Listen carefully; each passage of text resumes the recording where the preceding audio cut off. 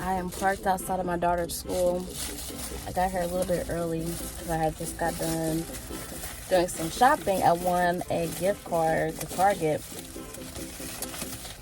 And so I went there to do some shopping. And so I'm going to wait just a little bit before going inside. I like to pick her up at a specific time so that when we make it home, it's time for her to go ahead and just eat dinner and take a bath. And she'll be ready to eat right at 5 o'clock. So what I did is I went on ahead and bought some gifts for Joy's teachers. People are gonna be looking at me like, what is she doing? I got 2 different gift bags. She has 2 teachers.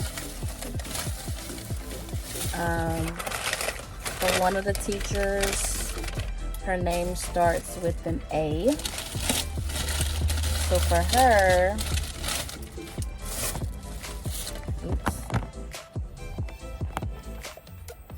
my hair is a mess, but I get it done on Wednesday. So for one of the teachers, her name starts with an A. So I got her a notebook and a candle. It's Sweet Escape. It smells good. It would have to smell good because her name starts with an A and she has to get this candle. So for one of the teachers, she has the notebook and the candle. And these were $4. They're originally $5, but right now they're on sale for $4. So for the other teacher, her name starts with a K. And I got her a candle as well. Smells good. This one is also Sweet Escape. Are they all Sweet Escape? And I got her this cup, this tumbler. I was hoping to get one with an A for the other teacher, but they didn't have any with her letter, so I got her a notebook. And some blank note cards to write a happy Merry Christmas. We got invited to a birthday party on Sunday, so I got these 2 dresses.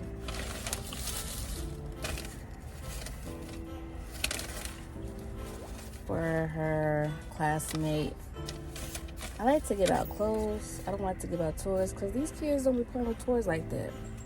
And toys cost a lot. And she didn't ask for anything, actually. She didn't send a registry or anything. I love the colors on this. She didn't send a registry or anything, but I was always taught you don't show up empty-handed to a party. So yeah, we had that Sunday afternoon. And I also got some wrapping paper because my daughter has a Christmas party at her school on Friday. And they asked for everyone to bring a book so they could do a book exchange. So I bought some wrapping paper because I don't have any to wrap up her gift that she would give to another classmate. And for myself, I picked up this Almond Croissant candle at Target. Y'all, it smells so good, so can't wait to light this up. It just smells like winter for me. It smells so good.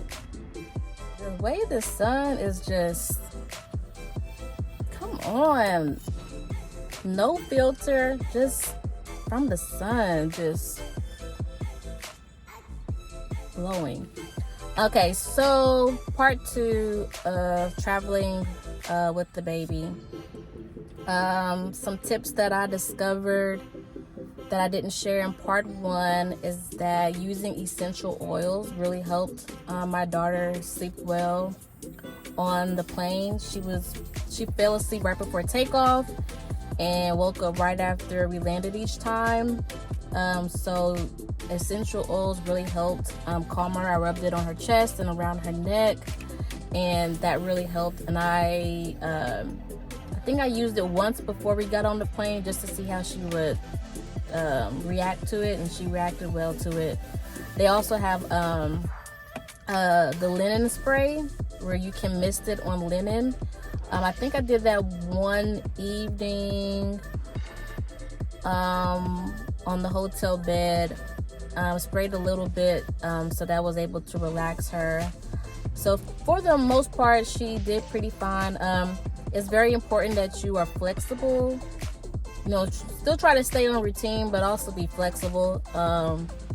So making sure that she ate during our layovers, and then kind of move around and stretch out a little bit.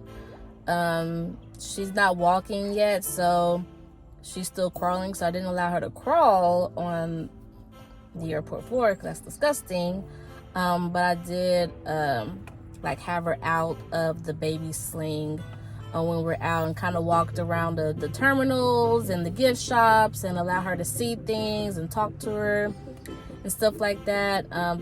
Showing, you know, look, there's a plane, and look, magazines and the little gifts that they had at the gift shop. So that really was helpful as well. Let's see. The diaper bag that I use is bought from Amazon. I really like it because it has many different compartments. It came with a case where you can, like a Lunchable cooler, where you can store, you know, your cold items and your warm items. Thankfully, she is on regular milk. She drinks 2% milk. So I made sure at every layover that I gave her some milk, and I didn't worry about packing milk because milk can be found at the little convenience stores at the airport. Again, I was taking a risk because they could have been out, but walk by faith, not by sight. So I use the milk at the convenience store, so I don't have to carry as much milk. On the way to, I think it was San Antonio, they were more lenient on their processes. They didn't check her milk, they didn't check her water, they didn't check all that stuff. But when we left from, I think, Nebraska, they were a little bit more strict, and they wanted to test everything, and I was kind of irritated by that. I understand every airport has different, you know, TSA has different rules depending on which airport you're at, but it's whatever. I found that people are a little bit more nice to you when you have a baby, especially when you're carrying her. People are more likely to like help you out with stuff. So I kind of use that to my advantage. I sure did, and enjoyed every bit of it.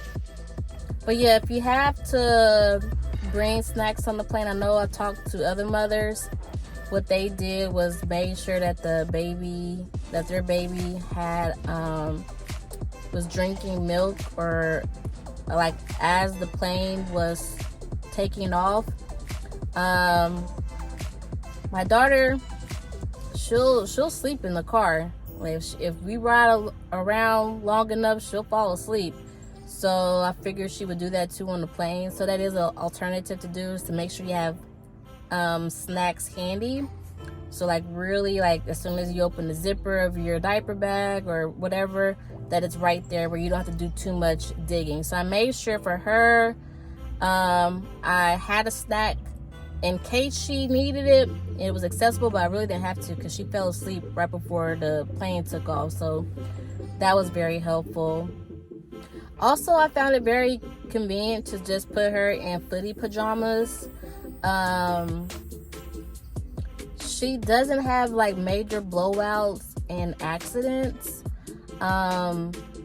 So just putting her in a footy pajamas was just, to me, just a little bit more easier. I don't have to worry about shoes. If a shoe comes off or socks come off, I just put her in a footed pajama, and that helped out really good while we were leaving on our trip and coming back on our trip. Also, I know that they have these earmuffs that you can put over your child's ears to help them with the loud noises. I tried putting that on her and she yanked it off. So I actually, there was a guy there that asked my husband and I, where did we get ours from? And I was like, you can have it because she's not utilizing it. So he was okay with us sanitizing it and us giving it to him. Because I was like, what else I'm going to do with it? I don't want to just throw it away. So thankfully I was able to re-gift it to someone else who needed one for their child. Also, we took advantage of the family restroom so that both my husband and I can go into the bathroom together with our daughter. And they're big enough where you can bring all of your luggage as well. It was just a little bit more convenient for us to do so that it's not just me taking her to the women's restroom and changing her by myself. It was just convenient for us to tag team. And a lot of airports have family restrooms, so just be on the lookout for those. We didn't have to bring toys on the trip. I brought with us a gift that was given to her on her birthday. It's one of those, it's not a fidget spinner, but it's one of those like popper things that's really popular. So that entertained her a bit. I think the only part that was rough on the trip was when we were on that last flight back to Texas. We all boarded the plane and we were all just sitting there for a while. So during that part, she got really, really antsy and had a meltdown. Probably one of the first few public ones she's ever had. So I just made sure I breathe and just take a moment. It can be overwhelming because you don't want to be a disturbance to other people. But it's also like, hey, y'all who are not traveling with kids, guess what? We don't like it either. So we're doing our best. So we're doing the best that we can when it comes to trying to have our child relax. Kids thrive off of schedules. And my daughter, she loves to be on the floor. She loves to play on the floor. And she just could not grasp that she couldn't do that at the airport. It's just, to me, unsanitary. And of course you can't do that on the plane. So that part was the roughest because she loves to be on the floor. She loves to be on the floor and play, but she couldn't do that. She couldn't do that when we were on the plane and during our layover. So that part was a little bit hard. I know for sure, like, it really messed me up because I was getting frustrated. I was getting frustrated, like, oh my gosh, like, what's wrong? But it's the middle of the week now, and she has 2 teeth that's coming in, so that was they just cut through. So I feel like that's where most of the crying came from, was from teeth that were coming in, which I have brought teething tablets. At the moment I didn't think it was her teething. So yeah, just got to give yourself a lot of patience, and just be flexible. Try to stay on a schedule, but also be flexible within that schedule as well. That's the end of part 2 of flying with a baby. Hope you enjoyed this video.